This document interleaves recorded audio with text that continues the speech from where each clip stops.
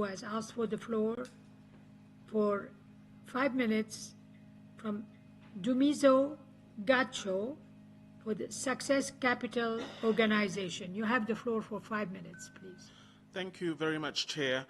Just before coming to Geneva, Success Capital, in partnership with 4 other grassroots organizations that did not participate in state or parallel reporting, engaged youth with disabilities, living with HIV, gender-diverse individuals, and sex workers in 3 locations outside the capital city. Botswana's history as a peaceful democratic republic post-independence continues to shield its regressions in the respect and fulfillment of human rights, dignified service delivery, and sustainable development.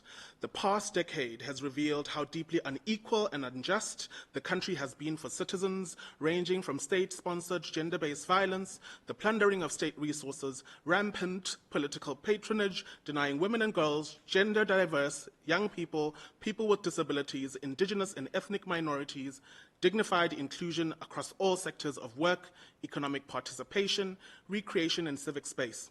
Last year's historic election brought a new social contract after 58 years of one-party rule. Having stood as the first ever gender-diverse parliamentary candidate as an independent outside political machinery, it is clear that systems and institutions remain ableist and exclusionary of diverse young people, minorities, as reflected in the regression of women's representation in the election outcome.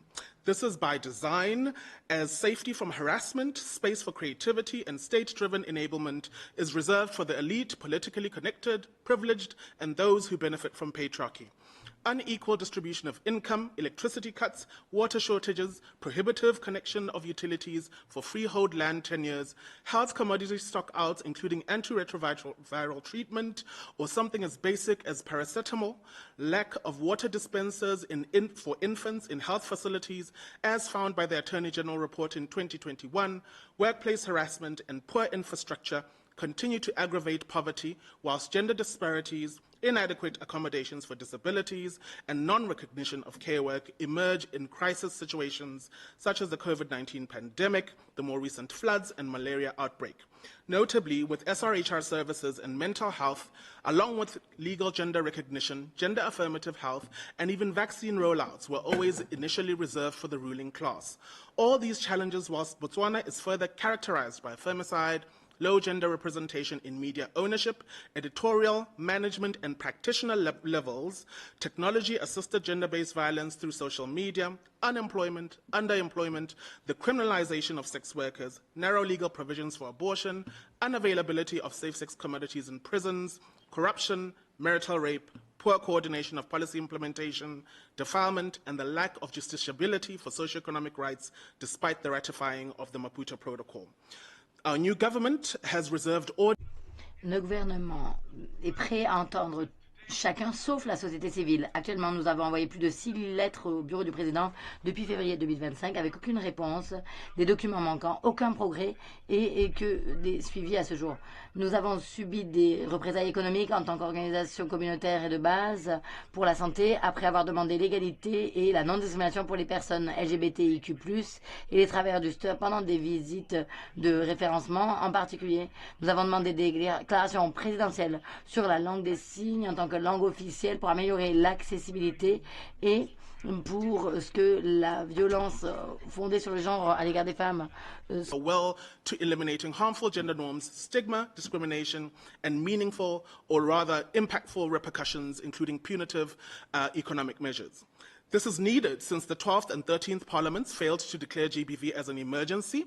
The last Botswana Crimes report that documents court decisions and the Botswana Police Service annual report date back to 2021 or before. The last state GBV-related report, 2018.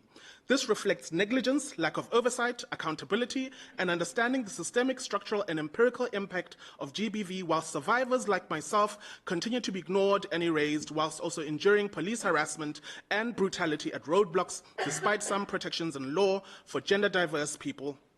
Independent police citizen oversight is needed to ensure safeguards and ethical practices to complement accountability. The health system needs significant improvement. Hate speech remains challenging to secure remedy, whilst social protection gaps remain for women that are not poor enough to secure some form of remedy, as well as state provisions. but also being too poor to sustain any dignified life. These human rights gaps have real implications that a supposedly human rights government cannot acknowledge responsibility for. We need better material conditions for our people, as a bare minimum ensuring CEDAW recommendations are accelerated, socialized with grassroots communities, and entrenched within and beyond equitable and transparent national gender machinery. Thank you.